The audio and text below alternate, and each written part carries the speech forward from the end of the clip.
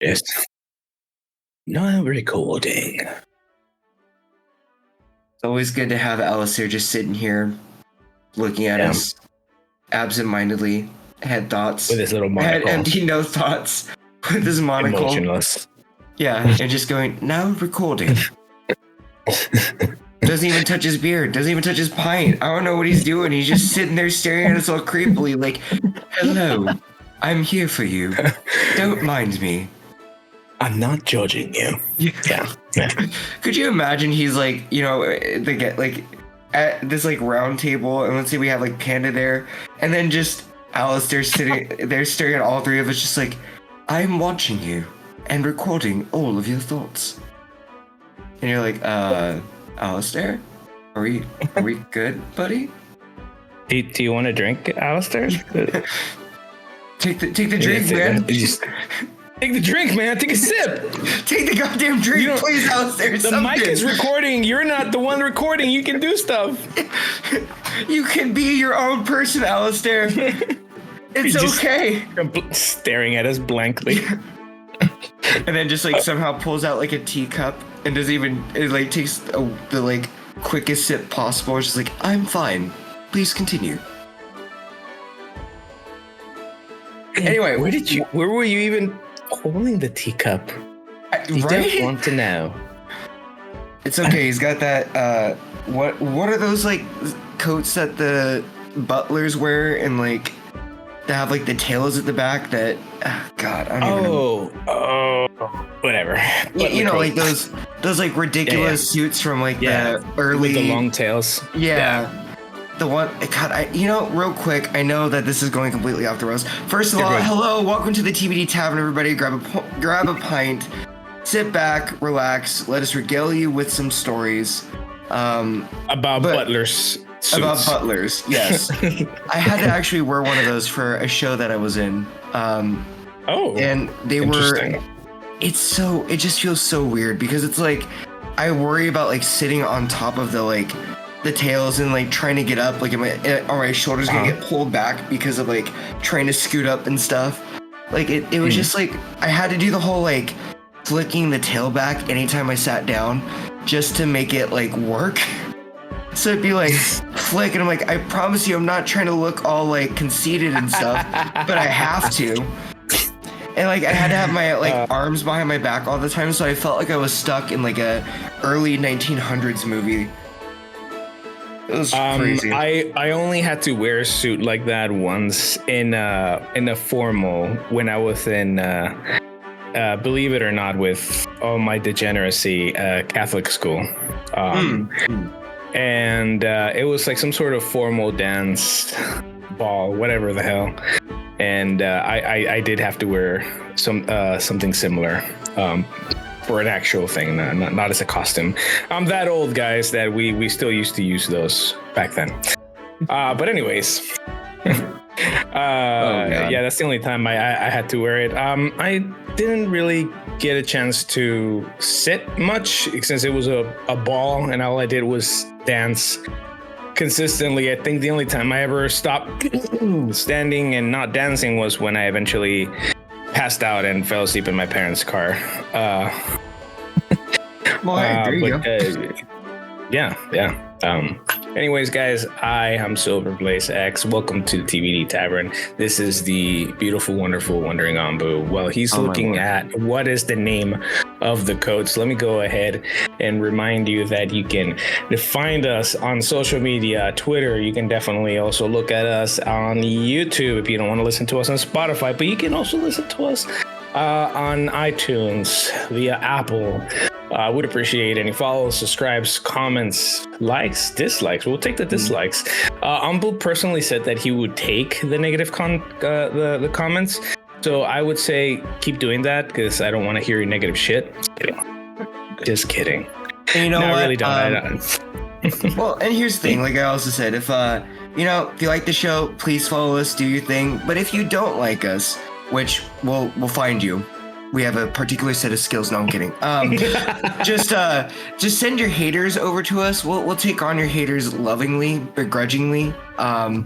because we'll take it. We're fine with that. By the way, Silver, you want to know what the name of the coat is? What is it? This is gonna be ridiculous. It's a tailcoat.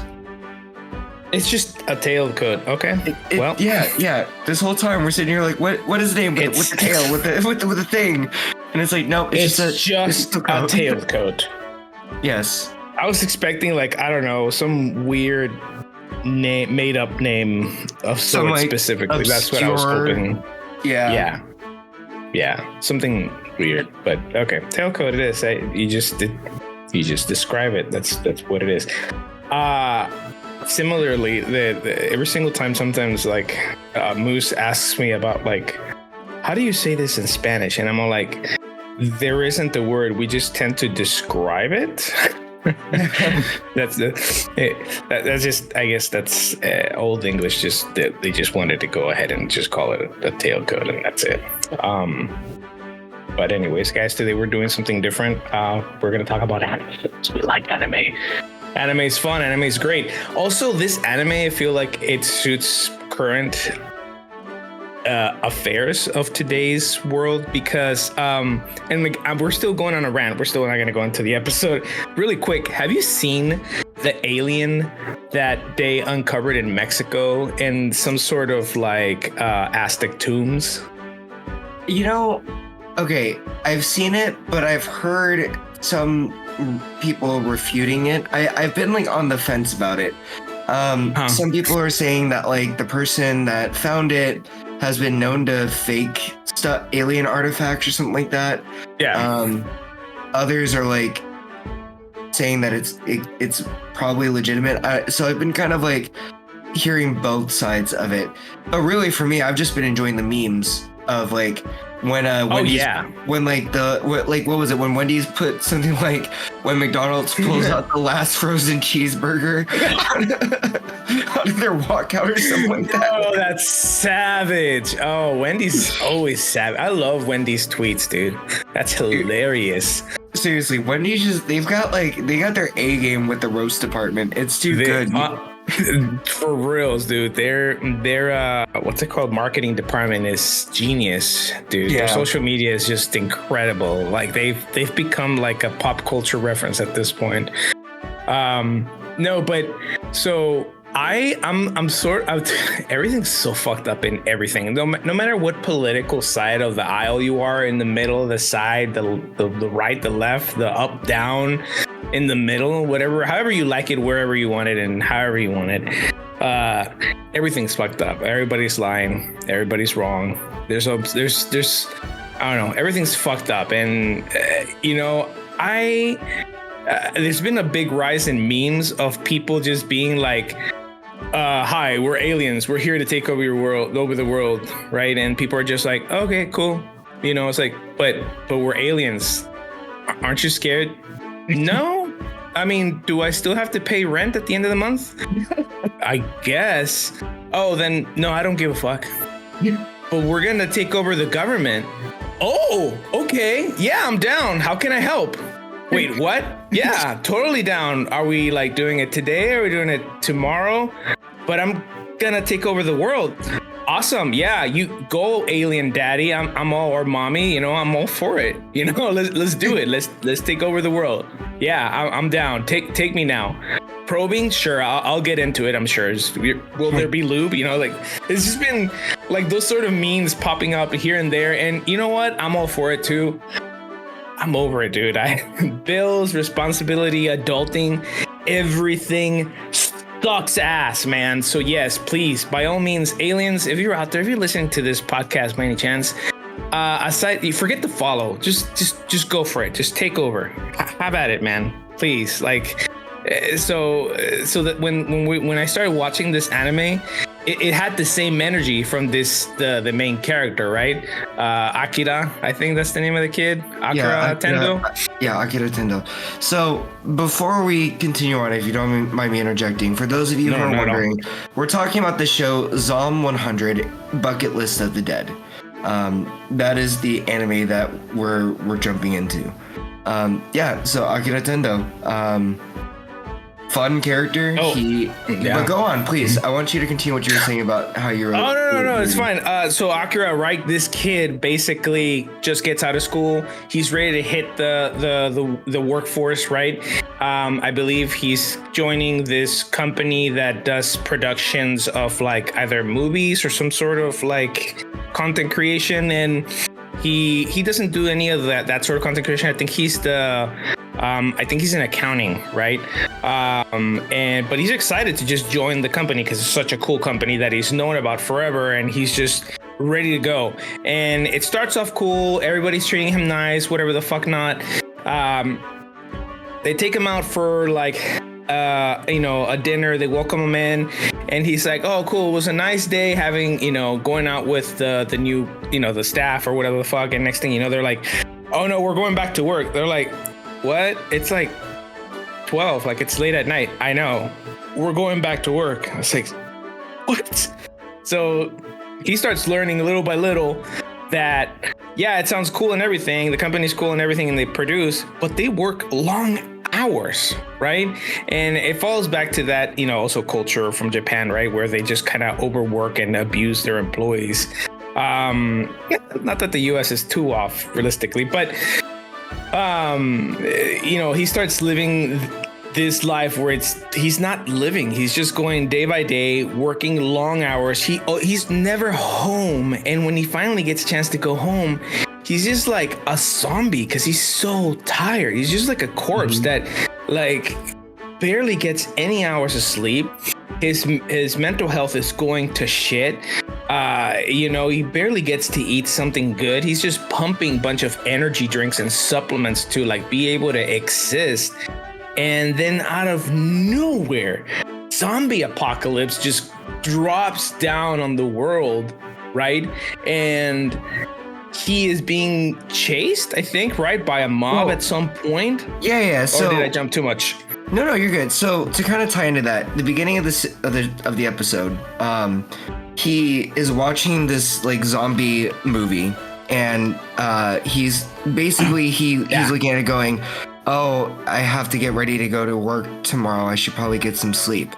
But he kind of says, which you would think, dude, this is wild to say this like right at the beginning about comparing it to work. He goes, "Man, I wish I would rather be living in a zombie apocalypse, more or less."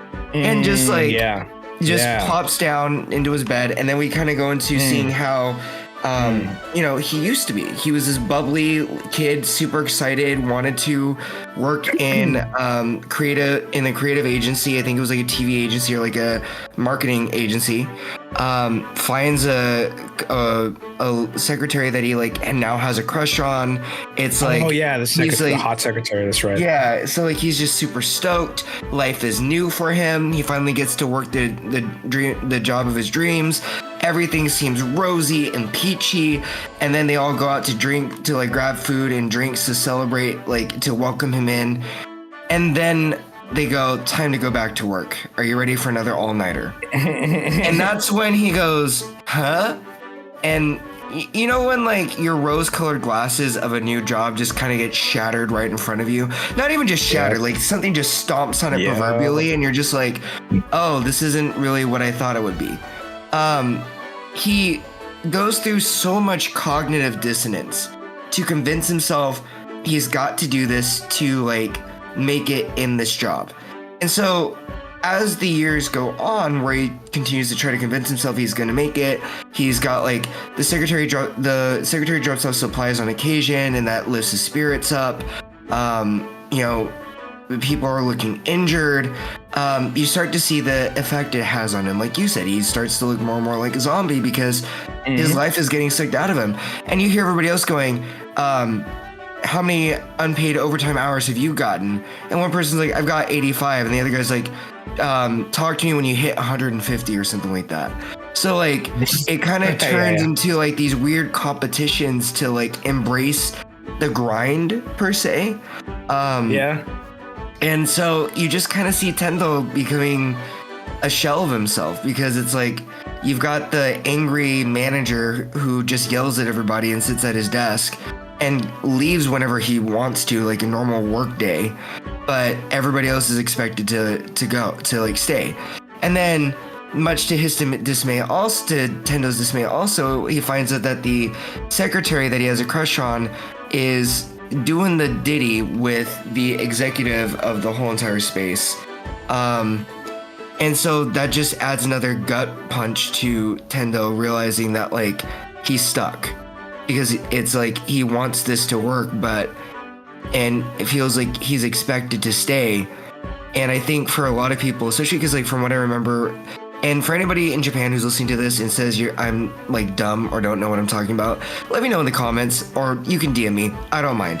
DM them. You know, a lot of them, a lot of people often stay in their jobs because it's very hard to find jobs at times because of how work is such a huge part of their life. People stay in their jobs until they retire, until they're gone. And we're talking like 30, 40 years at the same job day in and day out. And by the way, really quick, I finally found the term in Japan that it's used for the overwork culture. It's called, it's karoshi. And it's death. It means death by overwork. Huh. Yeah. Karoshi. Karoshi.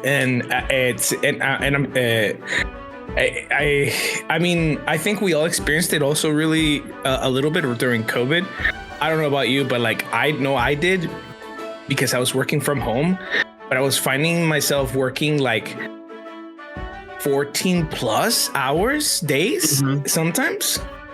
And I felt like my sickest during that period of time. So I feel we got to experience a little bit of that karoshi sort of culture for a while. I'm sorry, I didn't mean to derail you. It's just that like it was killing me. I was like, what is the term? It's karoshi. No, you're good. I was actually gonna try to talk about that later on, where like we see that in the way that they're like, tell me when you've hit 150 hours of overtime and stuff like that. Yeah. And then also, the show also shows how like it's expected for salarymen to go out for drinks if their boss says that they're supposed to they want to go out to drink. That's what I've been told. I could be 100% wrong.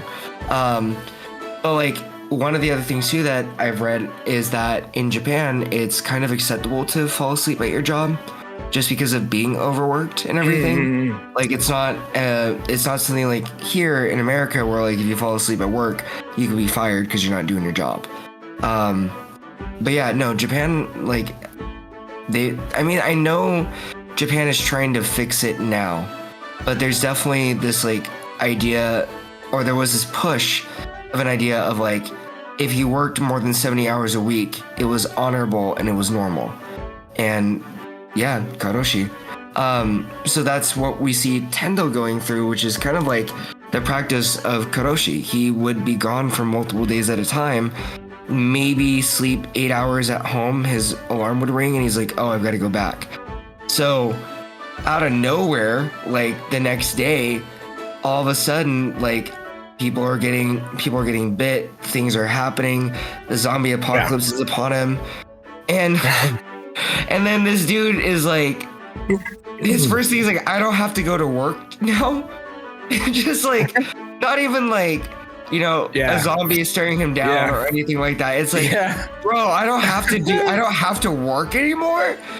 And I think that's what I love about this show, and what I love about the tone of this show is like, every zombie apocalypse, it turns into like the main character going like, what's going on? And then like freaking out, and then everything going to crap, and then like it turning into just like a very tense situation. And then we got Akira over here going like, bruh, zombie apocalypse, let's go. Fuck work. Yeah, the dude was just the dude was just elated to know that the fact on the first day he found out zombie apocalypse broke down, the dude didn't even have to work. The dude was just beyond happy. Yeah. It was crazy. I feel like that's how we feel currently also. Again, going back to the whole thing, how it's just perfect right now. It's like, I just don't want to go to work. If I could just know that I don't have to pay bills anymore, and all I have to do about like life is surviving, I'm kind of okay with that. I'm all right with that. Yeah. But like I think it's also crazy because like, you know, I think back to how I've described myself to my job. So like I'm not gonna hide it. I'm not gonna say what job I do on here, but like I'm not gonna hide it. There have been times where I've told my partner where I'm like, yeah, I feel like a zombie just walking into my job because I'm tired of it. I'm burnt out from the job that I'm in. I'm not excited about it. Like I kind of feel like my I've worked this job for far too long, and like it's a job that has me on call 24/7, so I could be called at any point in time. I've actually had a situation where I was in a movie with a friend and then got called out of the movie and told I had to go deal with something because someone crashed into a gate of a secured vehicle compound, and I had to like deal with that. Damn. Yeah, and this was at like 9:00 at night on like a Friday. That. And then another time I had one where I was called at like 2 a.m. because there was an alarm that was going off. But yeah. So like, you know, I get Akira's perspective in a way because it's like, you know, at least in a world, and like what you were saying, at least in this world, with the world ending and society not being the same, bro, I don't have to deal with my job anymore. I'm not on call anymore. Like, yeah, sure, I gotta deal with zombies everywhere I go, but like, is it any different than what? I mean, okay, it is different. I'm kidding, but like, you know, there's kind of like that feeling for that brief fleeting moment of like anything but my job, and so I get what Akira's healing is. It's like freedom. Finally, I'm free. Social freedom. Yeah. Yeah. Also, I mean, right, because it's also like, I guess to the Japanese culture, right? Work is not just work, which would it be for you and me, which we go home and like, I don't have to hang out with my coworkers. Can I? Yeah, if I like them, cool. I mean, I have a few coworkers that I actually genuinely enjoy, you know, spending time outside of work. But in Japan, it's like it's part of your part of their culture to be part of your coworkers' lives, even outside of work time. So I guess that's also the freedom of it, right? He doesn't have to worry about being socially acceptable, that he has a productive job of society, which, by the way, really quick, going back, poor guy gets his heart torn out, right? Because I think, and I might be mixing it, because here's the thing, guys, just really quickly, in this episode, we're talking about the anime strictly, I think.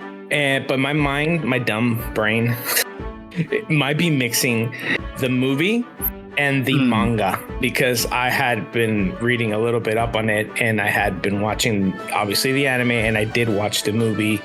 But I clearly, I think, remember him catching the CEO, like getting it on with the hot girl from the office that was nice to him, right? Because I think that was his only solace, was that even though work sucked, there was always this very nice hot girl from the office who would offer him treats or like help or advice or like one kind word. And next thing you know, I think he had caught a few times glimpses or like sounds of the CEO of the company getting all frisky with the office girl, right? Yeah. Because I think they portray her as one of those type of female employees who, just kind of like want to get into situations where, eventually they don't work and they can just, score the rich CEO guy, So poor guy. Yeah, also in that sense, that kind of broke him a little bit. Yeah, they kind of hint at her.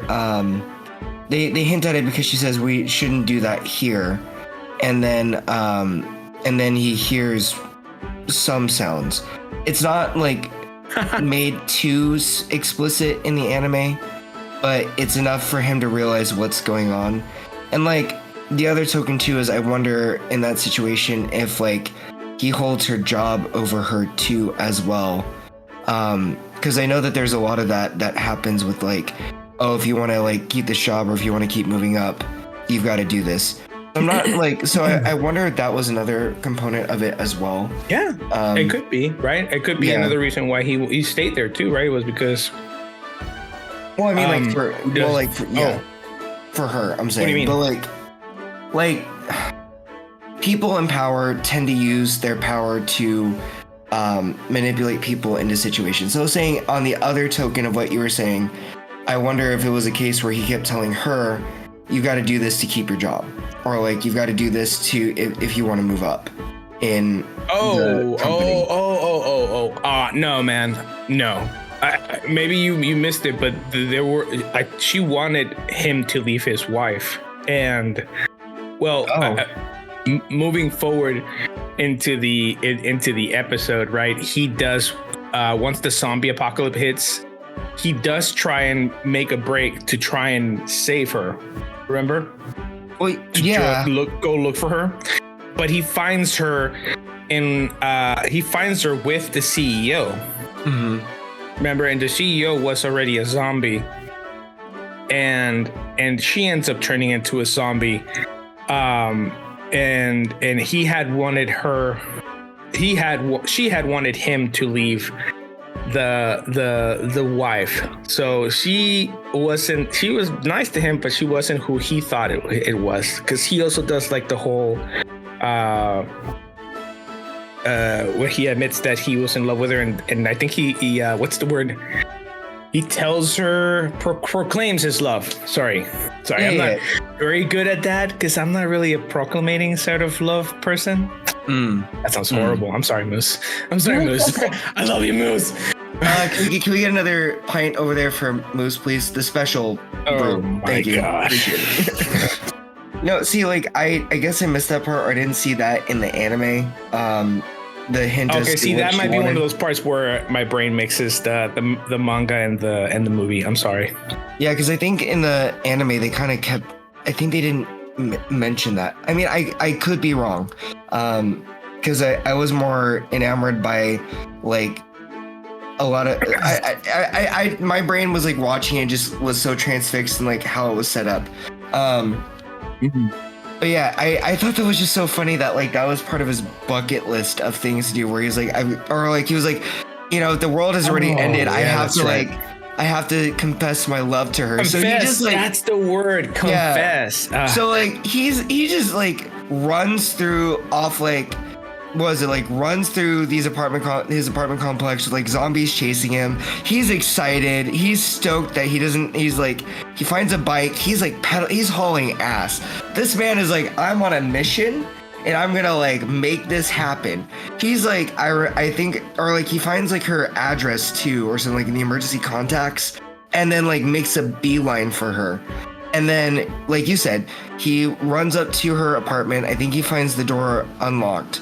He opens it, and then we get the shot of the CEO in his underwear as a zombie, just standing there.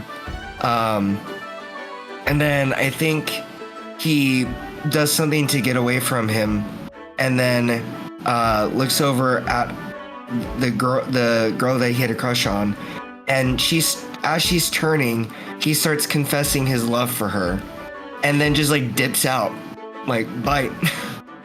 Because he was like, I did the thing. I said that I loved her, and that was it. So that was a crazy sequence. That was what I remember from the anime. Right. And he genuinely did look, heartbroken. Yeah. But yeah, I think you're right. That was one of the first things that was in his bucket list, right? He had to confess his love to that woman. Go ahead.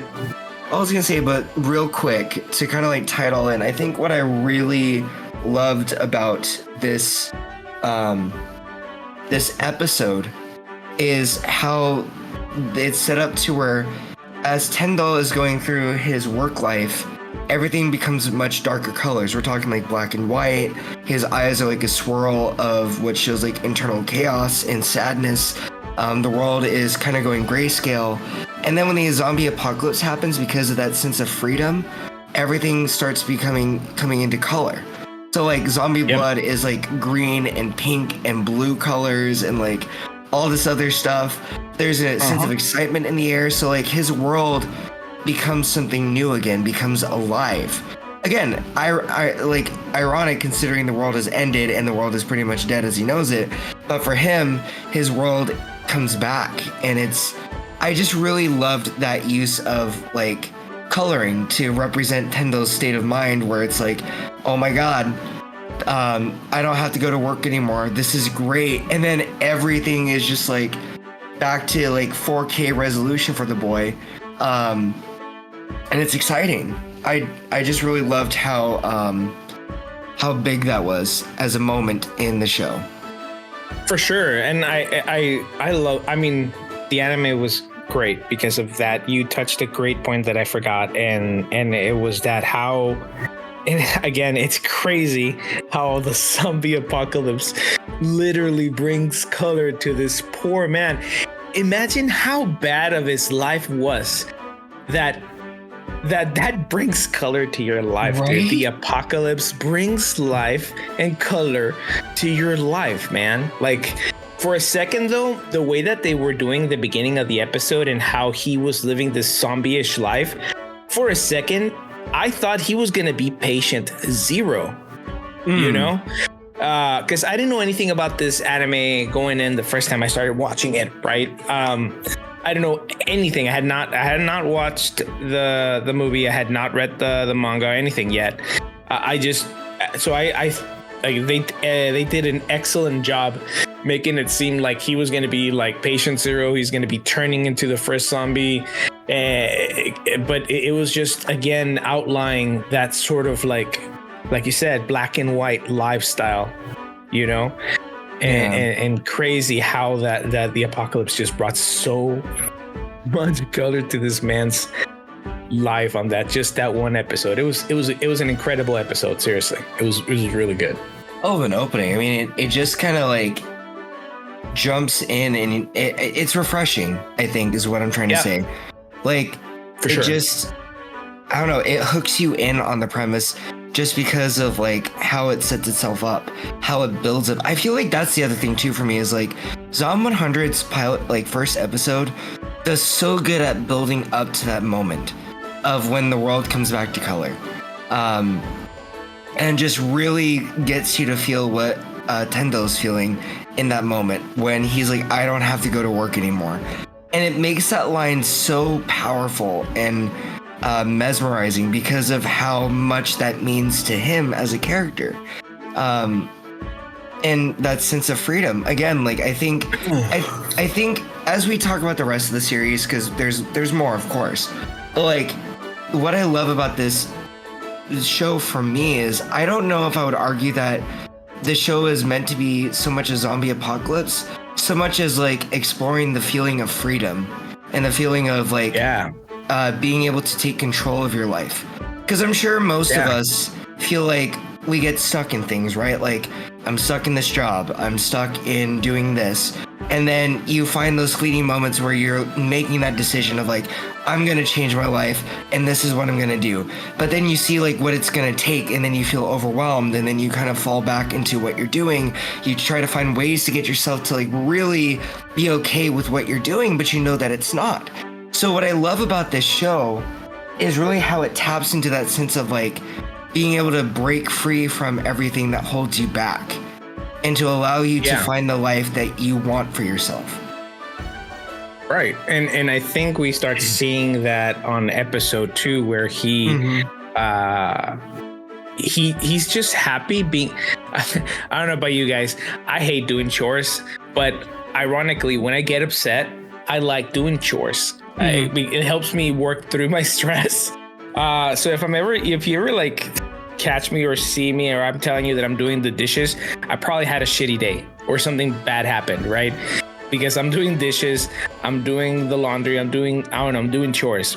But this man, again, how much of a horrible lifestyle he was living, that on episode 2, he starts his beautiful day doing just like taking out the trash, cleaning a toilet, just cleaning his room, because he had been like it had been a mess, right? Because I think on the first episode we get to see how much of a clutter and how much of a horrible living style he was living, and then now that he has all this time off, his home looks nice and clean.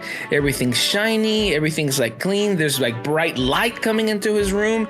And he chooses even to have a beer, dude, in the morning, like on a weekday, right? Because I think he says he's going to give himself like a little just like treat, right? And he's like, I'm just gonna day drink on a weekday morning, right?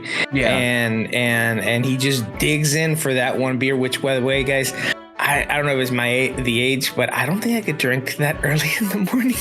I don't know if I call that a treat genuinely. But you know, again, that might be the old guy in me. I don't know if that's the first thing I'd like dig into the fridge. It'd probably be coffee. Right now before we started recording, Ambu and I went for a coffee. Not that Skitty's delicious ales aren't the best, but by the way, thank you, Skitty, for all the work you do for us. Thank you, Barkeep. But again, I'm not gonna have the barkeep first thing give me an ale in the morning. I'm probably gonna go for a cold brew or anything with espresso or caffeine first thing in the morning. But whatever. Anyways, that's how he chose to embrace his new lifestyle, and it's crazy to me that chores and a beer is literally already him living the best life he can live, because he, like you said, we all get lost in things from everyday work and monotonous things that we do that we just forget to enjoy some sort of simple things like cleaning, apparently. Well, no, I mean, it makes sense because, like, you think about, again, like in the first episode, we see how much his life takes from him, or like his work takes from him, to the point where like he literally, the only thing he does when he gets home is like become pretty much like a vegetable, eats, probably just bags up his trash, and then just passes out, and then goes back to work for however long he's back there. The poor man had no time or energy to do that, to take care of himself. I mean, he was literally just trying to survive. He was in survival mode.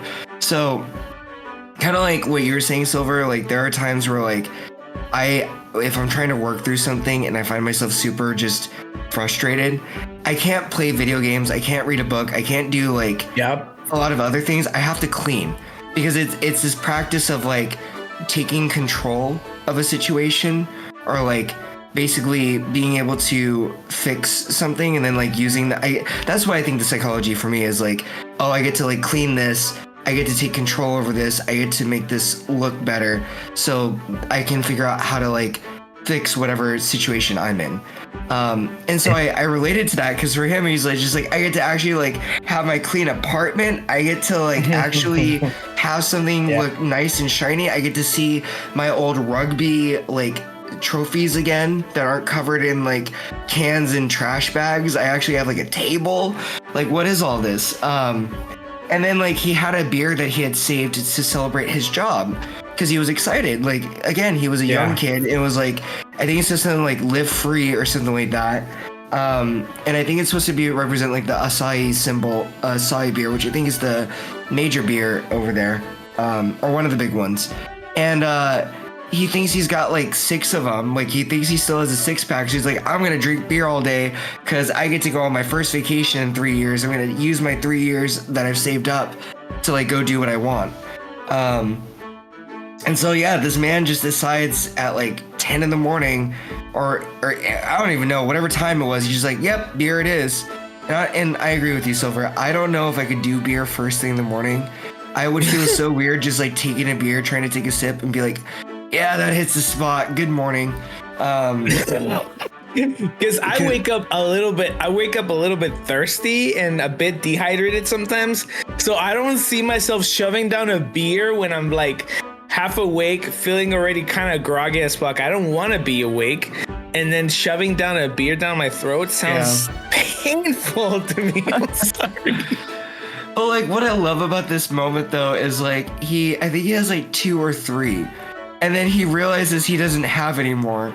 and then realizes he can't accomplish his bucket list of like relaxing at home, day drinking, right? Yeah. So he decides in a zombie apocalypse not to worry about supplies, not to worry about like food or anything specific. Bro is like on a beer run. That's like his whole mission. A beer run during a zombie apocalypse.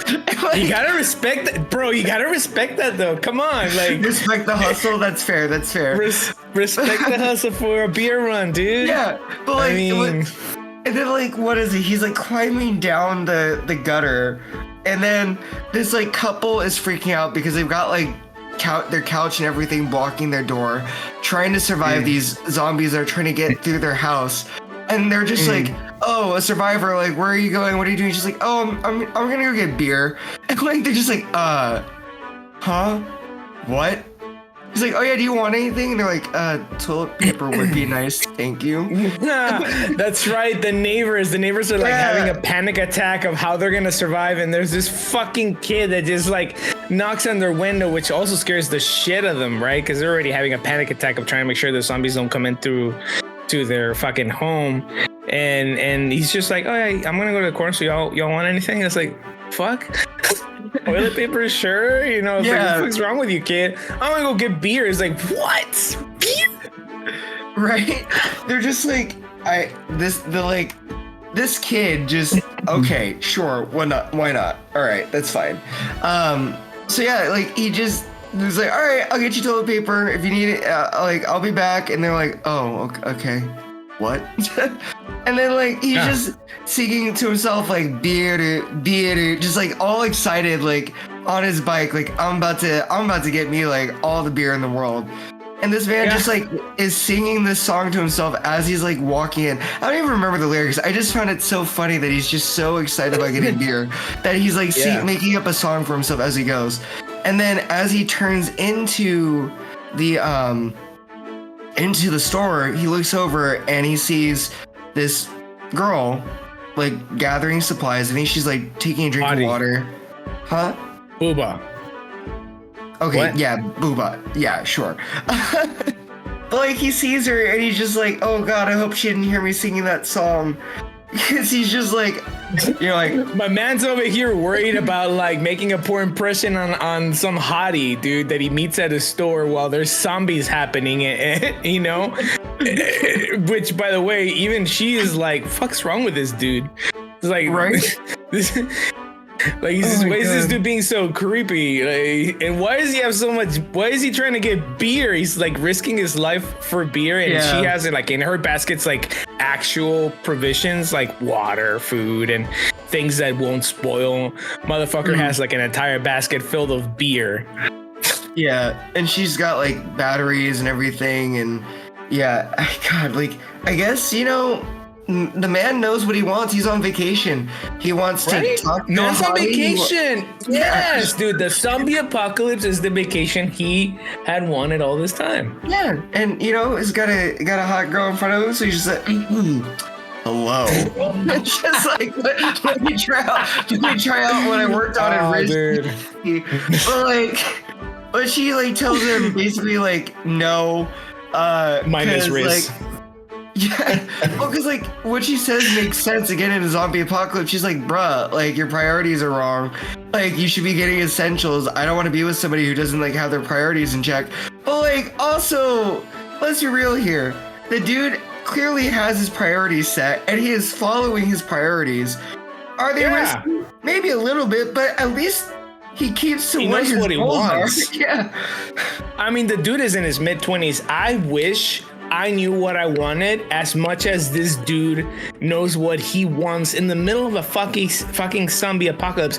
Also, I was saying minus risk, but now that I remember, never mind. The dude actually got straddled by this girl because she fucking saves his ass, right? Because she's obviously over prepared because I think she had a camera like on her bike. She had a camera. Right? Yeah, she had a camera, and she knew that zombies were about to like slam into the store with like this runaway truck, and she fucking saves his ass because the truck was about to hit the store that he walked into where she was at, and it was going to probably kill him. So she saves him, and in the process of saving him, she pins him down and is now riding him. So never mind, this dude's having the best day of his life. My man just got a fuck ton of beer, just got rode by the hottest chick in humanity, probably currently, right? And now he's heading home in what did he get? Was it a car? No. He got a bike. He got a motorcycle, right? Oh, yeah. Sorry, go ahead. No, real quick. I gotta give him minus Riz though, and here's the reason. Why? He asked for her contact information, and she said she couldn't give it to somebody who doesn't understand risk. So you could give him that Riz, that's fine, but he kind of negates it with his like trying to get her number, and she's like, no, bro. But I will give him this though. She did no risk, but has results, a different kind of R. Oh my god. But like no, he's like, dang, like, you know, my bike that I pedaled on is like broken. What do I do? My man gets an upgrade. He gets this like nice traveler motorcycle, and just like, okay, let's go. And just like he's got like the beer all set. My man is riding off into the sunset. I think on his bucket list he had like ride a motorcycle. So like there you go. Gets another one right off his Yeah. So, you know, like she was helping him. She didn't realize it. She was helping him like check stuff off his bucket list. Yeah. Well, that's what I'm saying. Like, see, like man's living his best life, dude. Yeah. Got to see a cute chick. Chick saved his life. Chick rode him for like a few seconds. Okay, fine. Minus risk, whatever. But got an upgrade in his ride, you know, and still got beer and got to be close to a really hot chick at the end of the day. But I think the neighbors died, right? They did. So he was climbing up and he was like, hey, I've got the toilet paper. And then he sees the blood like from their broken, there's like glass that's broken on their back porch screen. And so it kind of serves as a reminder for him, I think, in the moment of like, even though, you know, I am living my best life, that this is still there's still this very threat. And so it's like a really, I think it's poignant in a sense of like, this show is so lighthearted and very happy and whatever, but in that moment, it's a reminder that like, there's some very dangerous stuff that is out there. I really liked that juxtaposition. But like, regardless though, that dude got to drink his beer. He got to be drunk. He got to be like, I think he wrote the rest of his bucket list too, I think, at the end of that. And he had like 33 things, right? Something like that amount. Yeah. You're right. Cause he was having this kind of like come to sort of moment, and you're right. He starts writing the Psalm 100, like his 100 list, and he's writing things and he's scratching them off and just keeps writing and keeps writing and keeps writing. And he's like, I'm just gonna do all these things that I always wanted to do before. I'm not gonna let myself, I guess, die. Which in a way, if you think about it, dude, because I was thinking about this the other day when I was we were talking about it. This guy, in a way, guys, like set himself for success in a zombie apocalypse, because a lot of times in a lot of these zombie movies that we see about apocalypses, nobody ever has like a goal list or things planned out of what they need to do or I don't know, something to work towards, to aside from like, okay, yeah, surviving, right? But that's not really a goal. That's just kind of like you have no choice. You have to survive, right? It's not really a choice of you making in a world where there's zombies, right? I like you have to survive. It's not really a choice. It's just kind of like life, right? But this man is making a list of 100 choices or goals to work towards to, until he's like, all right, whatever. Like if I get eaten, shit happens. Right? Yeah. So in a way, he set himself 100 things to keep him alive, which I think was really smart, right? And probably why he's been surviving so far, because well, not so far, but from that point and even onward, right? Because he just sets all these things for himself to make sure that he gets done before he's, you know, checks out of this zombie world. Well, and I think to kind of piggyback off of what you're saying, not just setting himself up for success, but like, how many of us jokingly say that we have a bucket list of things that we want to do, but we haven't written it down, right? Like, think about it that way. Guilty. Like, we talk about, there's always discussions about like, do you, or at least back when I was kind of in an existential crisis, the discussion on like regrets in life, or like the things that you don't do in life, or the things that you look back and you wish you had done but you didn't. And for Tendo, it's like, I get, these are the things I know I could do where I wouldn't regret dying or turning into a zombie if I got to do this. Like, I think it's really cool in that, like, it reinforces the idea of like writing that down so you could see what really matters to you and the things that you hope to accomplish with your life. So you could look back and say either like, I worked towards it, I didn't get exactly to where I wanted to go, but I was able to do it, or like do something to that degree, which is what we see a lot in this show as it goes on, of like, pursuing the things that you want to do and feeling the freedom of doing that. And I feel like that's what Zom 100 is showing, is like being true to yourself, but also giving yourself the permission and the freedom to check the things off you've always wanted to do. No, I think that was a really good sobering moment, funnily enough, for Tendo, because it's like, even though I'm doing things in the moment that I know that I wanted to do, I should write down the things I know that I've always wanted to do, so I don't lose sight of the things that like I've wanted to accomplish. And for him, like, some of them are random goals, like going out on a date with like a airplane. Having a dinner with a stewardess, and other things like that, where it's like, it's just little things, but like they may seem little or seem funny or silly little things, but for him, these are things he wants to accomplish. And so I think that's what's so fun about it, is like him getting to write that down, and you get to see like, okay, so Akira's about to go for this stuff. He's about to go ham. I'm ready for it. So that's why, for sure.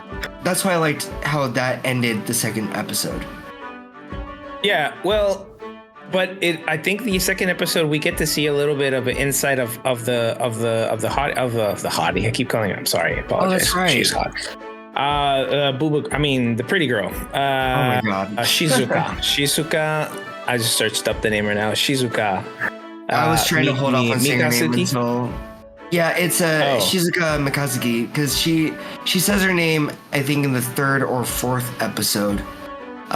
Which, if it's the fourth episode, because I think that's the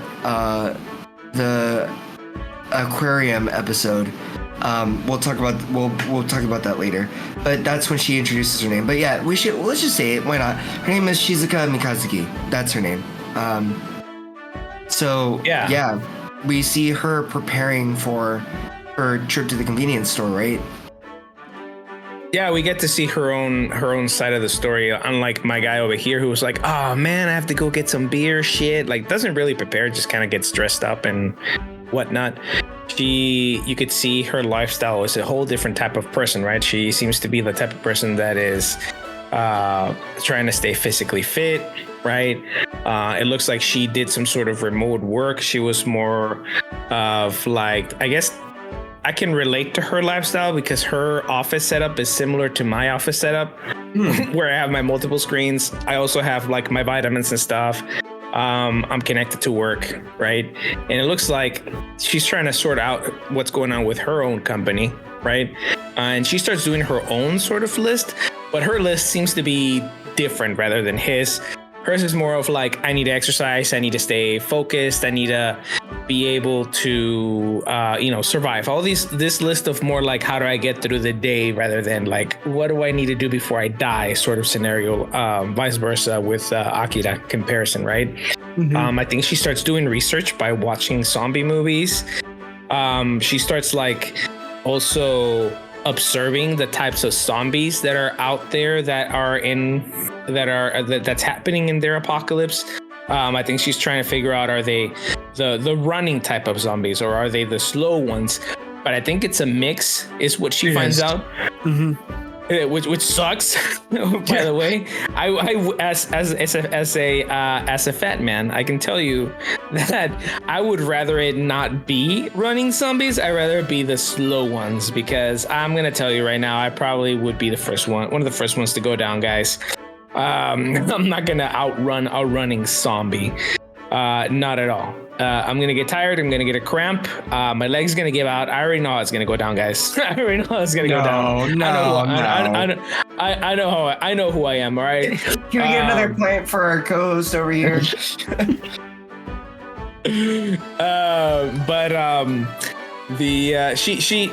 prepping up, and she starts getting all her gear ready, and her gear consists of more like movable, more things to help her kind of like watch out what's going on, and like you said, right, she eventually gets to the store, and her entire experience of experiencing him trying to be all Mr. Captain Riz, hers is like, what is up with this dude? Like, why is he here?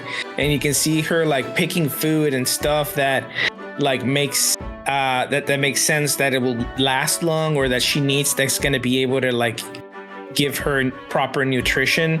I think at some point she says no to a treat. I don't know if it was candy or cake.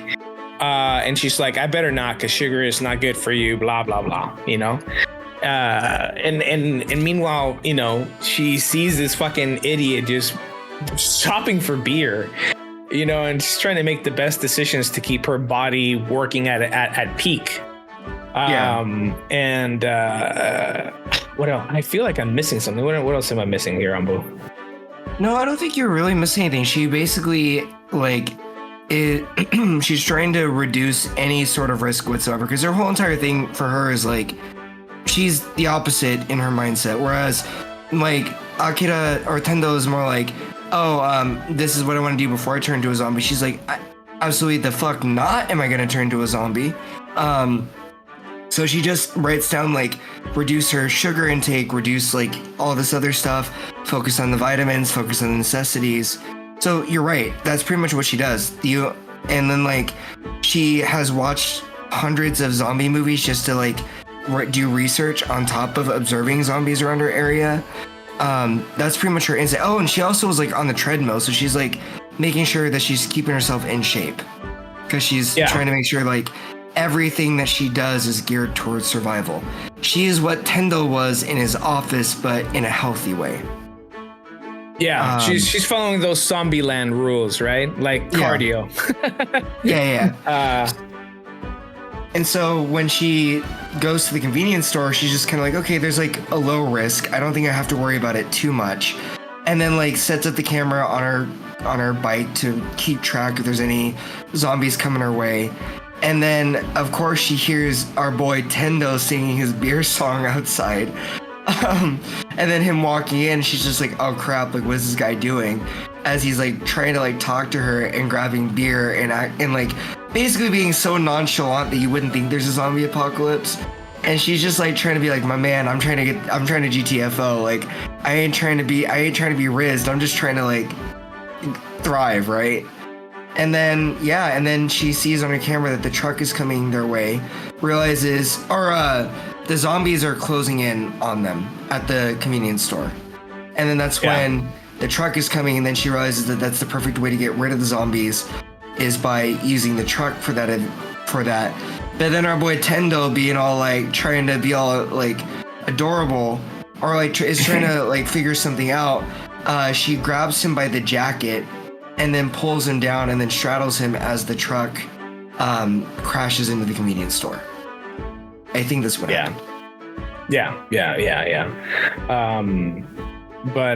And that is basically episode 2.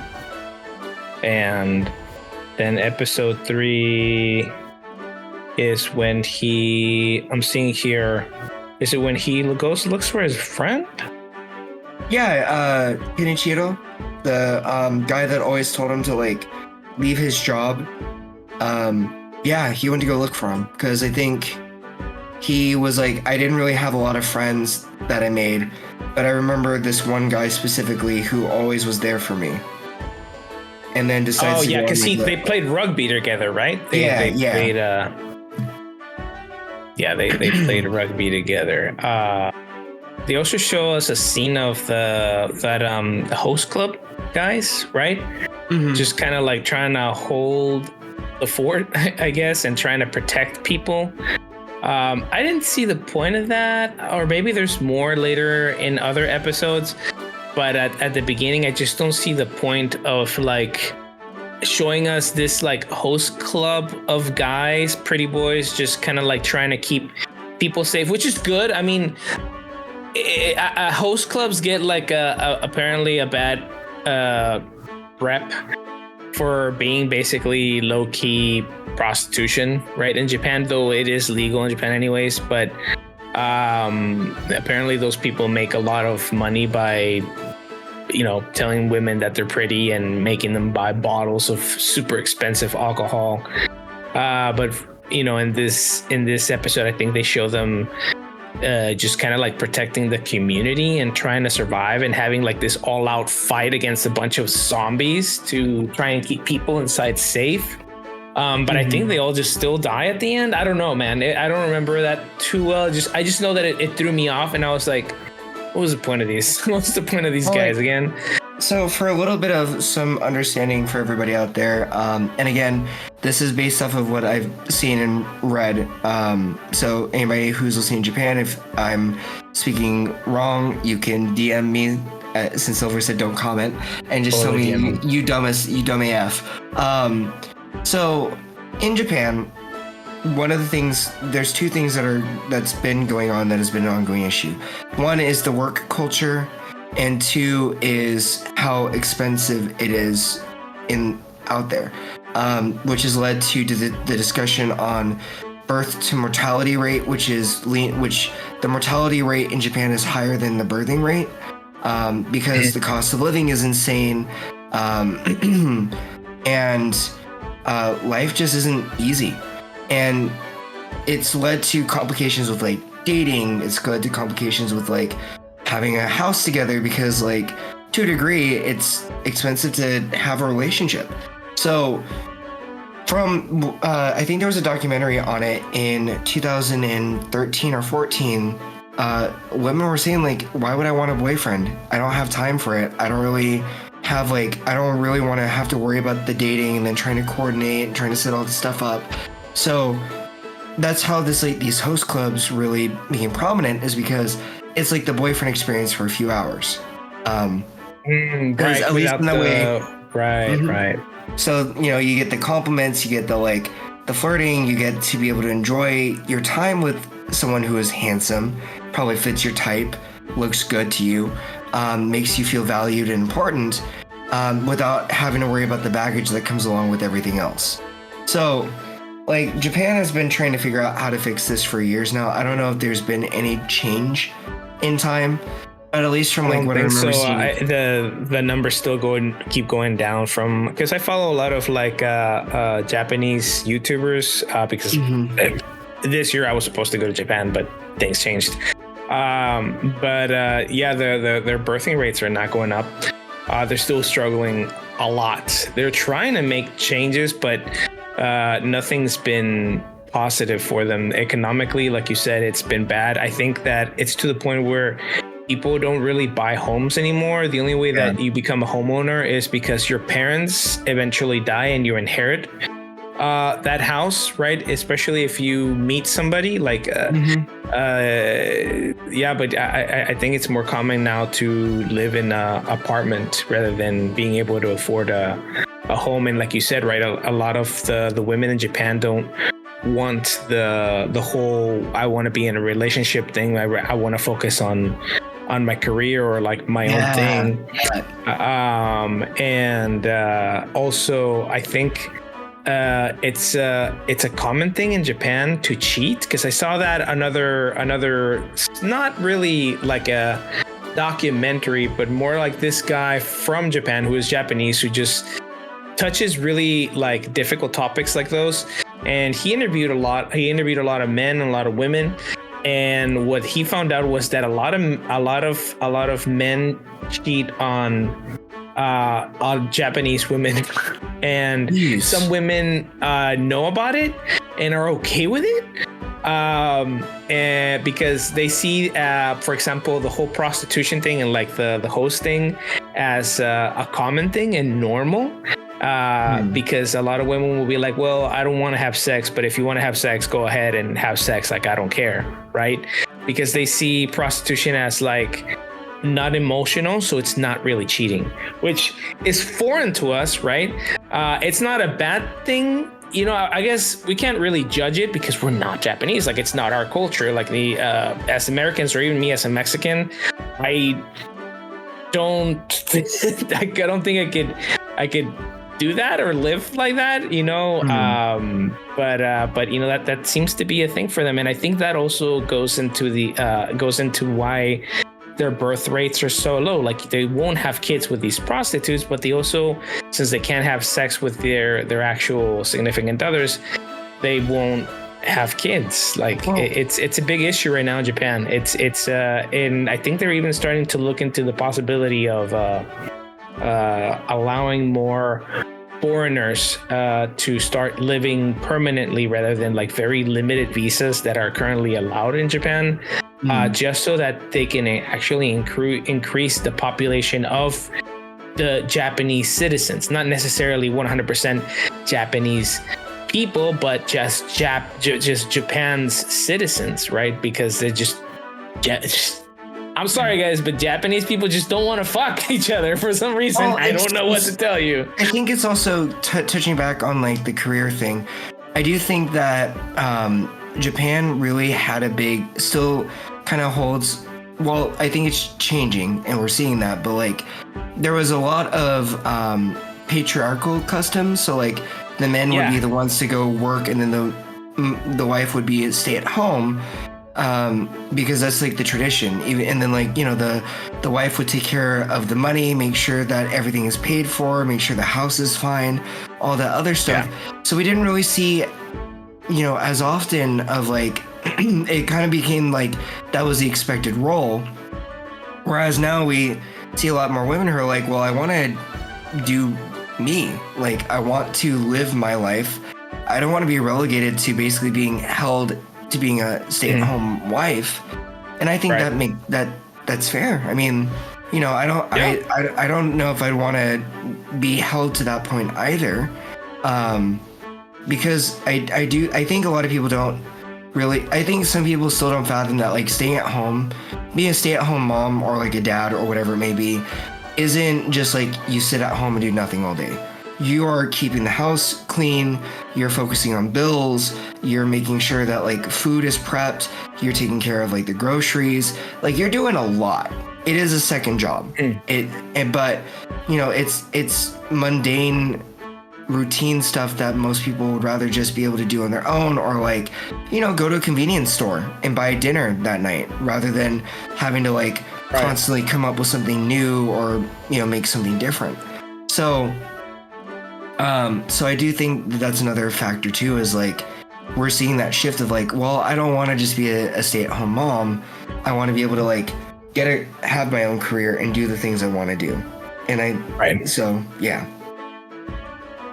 No, yeah. I mean, women should be allowed to do whatever they want. However, the way that the culture, it was, like you said, in Japan, that huge shift that they did, it kind of broke them. It kind of broke their society. And maybe it works. It's been working in the States, but because we're such a melting pot, that's the thing though. Japan's difference too is they're very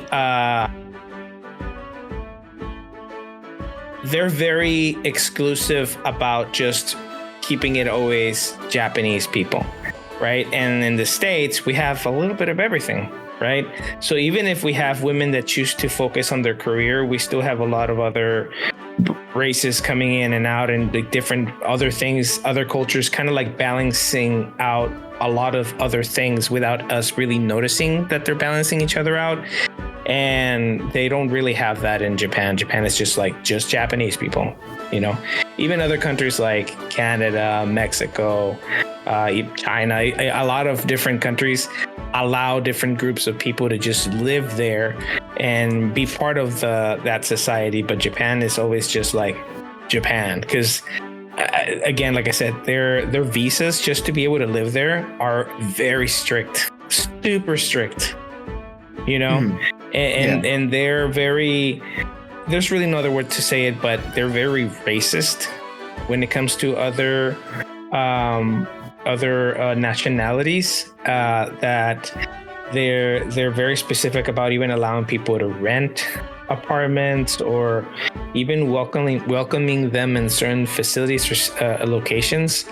And I think that's also another thing that's affecting Japan, especially if we're having this type of new workforce of women that don't want to be the traditional, I want to stay at home and just kind of like, you know, do whatever my husband says. I want to do me. And again, they're not wrong. Human beings should have the right to do you, man, and do whatever is going to make you happy. But it's affecting Japan because it doesn't have these other cultures and other things that kind of balance out that sort of mentality. But I think we went a little too far into Japan and forgot about the anime. Let's go back to the anime. Well, getting back to the host club thing, I think what Zom 100 does, because we see this in other episodes too, is like they give other side stories that really don't have an impact on the main story to kind of just like to be a setup. So like in this instance, for example, we've got Tendo calling Kenichiro and telling him, I'm on my way to get you. I'll find you. And Shinichiro's stuck in basically what I think is like a sex hotel or like a love hotel. And it's just like, oh God, what do I do? Like, I'm stuck here. And then Tendo's like, I've got a plan. Don't worry. I got this. And so we see the main host guy, this like blonde haired dude. He's like run ragged. I don't know if there's anybody still left in the host club that he's saving. I think he's just doing it now. But he's got like a Molotov in his hand. He's tired. He's ready to go. He's like, if this is my time to go, this is how it is. And then he's saved because Tendo set up a car horn to go off to draw their attention. And then he's just like, I'm saved. So like it's literally a whole bit to set up for Tendo like saving this man without even knowing that he did that. And so like he draws like the zombies away, and then finds Kenichiro in his little like sexy time hotel room and is like, I'm here to save you. But then the car blows up, and then the zombies start chasing after them, and then like they basically try to get out and they run up to the roof to escape. And this whole time, like Akira's saying, like, I wish I would have like listened to you on like not staying in this job. I wish I would have done this because you seem so happy and so free in like your life. And so like it's this whole, I think the whole entire episode is really like the quote unquote grass is always greener on the other side type of situation. Because like as they get up on the roof and like and Tendo is like telling him we have to jump, Kenichiro is breaking down saying stuff like, you know, it only looked happy, but I really wasn't happy because I wasn't me. I was just doing this because this is what I could do and everything. So like as Tendo finds like this other roof to jump onto, like our boy, he doesn't skip leg day. This boy is just like, he should have been on the Japanese men's like national basketball team. He's got hops. He would make MJ look jealous trying it with his like that free throw slam dunk they did. Tendo be doing it from the 3-point line. Let's put it that way. Our boy be running and looking like he's perfect. And so so there's this moment where Kenichiro like is standing there going like, I can't jump, I can't do this. And it's supposed to symbolize like how he's stuck in like his ways and stuck in this, again, kind of like where Akira was with his job. And then as our boy, Kenichiro decides like, you know, I'm gonna run, I'm gonna live my life and do what I want. our man is stripping his clothes off, going, "I'm gonna be a comedian." So we're getting like the censoring with the sunlight over the his junk as he's jumping to meet Tendo like on this rooftop. Our man is like, and you know, maybe it's supposed to be symbolic of like he's shedding away like everything that is expected of him to be his full authentic self. Yeah. It's a funny moment, but this is what I love about Psalm 100 is like there's symbolism in that moment that is comical because like this dude, I guess, needed to strip to like run and make it, but like it's symbolic of like shedding yourself of the expectations that are placed upon you and pretending to be happy with your life versus actually seeking your happiness. True. So it's just a very powerful, beautiful moment for Kenichiro where he's like, yeah, like I'm gonna do what I've wanted to be, which is a comedian. And then of course Tendo pulls him up and they make it. Right. Half naked, but yes, they make it. I'm not half naked. I'm sorry. He was naked. The man literally stripped and while flying, I think, right? He's just naked by the time he lands. How? Okay, first off, I know this is an anime, but aerodynamically, that makes no sense, guys. So please, out there, listener, if you think you can jump from one building to the other while getting undressed while you're doing airtime, don't do that. Seriously. You're gonna lose airtime. You're gonna fucking flop hard, bro, and you're only gonna end up half naked and dead, looking like an idiot. So don't do that. Don't do what Kencho did. Please, just jump, and then you can get naked once you land, man. Like, how in the world did he strip his pants off and underwear while this man is leaping from one building to another? Yeah. That drag, the amount of drag that's going to happen from like trying to kick that off, that man would have been dead. There is no way he would have made that jump, even with his clawing to survive. Like, kudos to the symbolism, but at the same time, like, my man, if you want to show off your junk to everybody, you could do it after, like you said, you could do it after you get on the rooftop. Like, you're gonna be fine. Oh, he even does a spin, right? He does a little spin too in the middle of the fucking air like an idiot. I think so. That part I don't remember. I just remember him like his like arms and legs extended out, like jumping to like make it to the side to like to the building, and I think he's screaming like, "I'm gonna be a comedian" as he's doing this, and then he hits the edge of the roof and then almost starts falling. He's just like, "Oh God, grab me quickly!" Like freaking out, and it's my man's fucking hanging there for dear life, naked, just naked. Yeah. Man's gonna die naked. And everybody here at the table is listening in. I don't know about you all, but like, I feel like pants would have been the smart thing to have in that moment because he's probably scraping his junk, probably scraping his legs. He scraped his balls, didn't he? He did scrape his balls. He said that he scraped his balls. Like, my man could have saved himself that issue by keeping his pants on and then stripping it off, like, on the rooftop. The symbolism would have still been there because it would have been like he could have just like chucked it out in over the roof and been like, "Let's go." And like that would have been fine, but no, the man decided to strip in the middle of the air and then he gets to scrape his balls as a result. I guess not that's his freedom. The smartest thing to do. Yeah. No. Yeah. Well, you know what? I'm all for freedom, but I don't know if it comes in the form of getting naked while jumping a building. Yeah, I think I'm okay with it not being that. Yeah, definitely not. But I think that's pretty much episode 3, right? I think he starts. He shows. I think he shares the list. I think that's the only thing that he does last is share the list with Kensho, right? I think he cooks, and then yeah, I think he. No, that's episode 4. I mean, no. Well, then also the list is episode 4, then, isn't it? Oh, okay, then never mind. My bad. Well, anyway, no. The ending is they drive off on Akira's motorcycle. They set up camp. Naked. Just kidding. I don't know if they were naked. And then I think that's pretty much where it ends. Is them wistfully driving away into the sunset, having survived their brodom complete, and like, oh no, they're on the rooftop, and they're drinking beer together, and then they're drying their clothes. That's what it was, and they're sitting around a fire, catching up. Oh, okay, yeah. There you go. That sounds about right. And they're both butt naked. Oh, okay. So I was right about the butt naked part. I was just playing about that one, but I guess I was right. All right. There you go. Hey, it's a good anime. Guys, give it a shot. It's on Netflix. It's on Hulu. It's on Crunchyroll.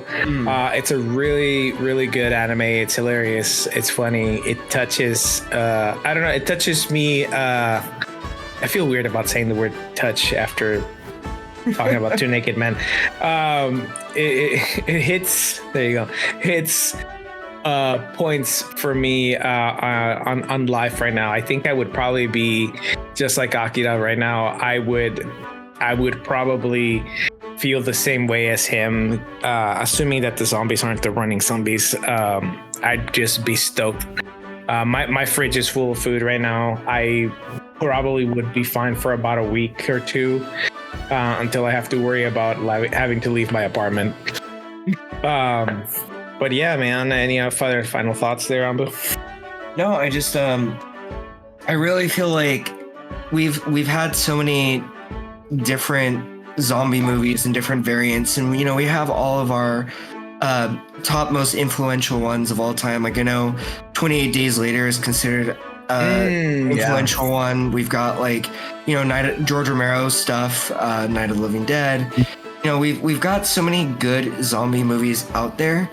But really what I love about this one is kind of like, I think what Walking Dead was trying to do but didn't execute really well, is that the show has zombies in it, but it's not a show about zombies. It's a show about a man who gets to finally feel free to live his life on his own terms. And it kind of explores the whole, like, concept of freedom and how we're tied in, and like how tied down we are to what we think are our obligations and things that we have to do. And so that's what I really love about the show, and why I would recommend it to people, is just because it runs with a very simple concept, but it leaves you feeling warm and like excited, and it really puts things into perspective a lot. So I feel like this is definitely going to be one of those shows that should have an impact, I think, on the zombie genre. And I recommend it to anybody who, whether you're an anime fan or not, really, I really do recommend it just because of its message and its intention. For sure. I think it's definitely going to have an impact in the genre. So yeah, give it definitely a shot. But also don't forget to tip your barkeep. Make sure you pay your tab. Again, why is this becoming a thing where we have to remind you guys every single time? You know who you are, you bunch of trash people. Just please pay Skitty. I mean, she does good work by all. I mean, yeah. Come on, guys. Look, did they hang up the free beer sign again? Because I remember that happened last week, and we had to take it down. We're gonna have to probably find that again or something. Maybe that's what they're thinking. It was the goblins. Those goddamn goblins every single time. But seriously, pay Skitty. Pay her now. And if you have an outstanding tab, we will find you. Don't forget what we are. We may be co-hosts on this lovely tavern here, but we got our other jobs as well too. We know how to get stuff done. We know how to find you. Don't worry, we'll find you. I will find you, and I will make you pay.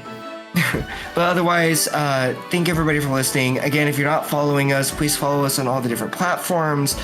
Give us a like, share us with your friends, or if you don't like us, share us with your haters. We'll give them the special haterade brew that we got going over here for them. It was the haters. But we really do appreciate your time. Feedback is so critical for, I think, any sort of podcast or any sort of creative venture, because while we do enjoy doing this, we want to make sure that we're also getting the things that you like. So like, if you're like, bro, talk about like, I don't know, the Barbie movie or the Oppenheimer movie, or talk about like some other thing. Let us know. I mean, that's why we're the TBD Tavern. We're about all sorts of topics. Yeah. And to be determined, guys, to be determined. But have a good night. Thank you for listening, and goodbye. Take care.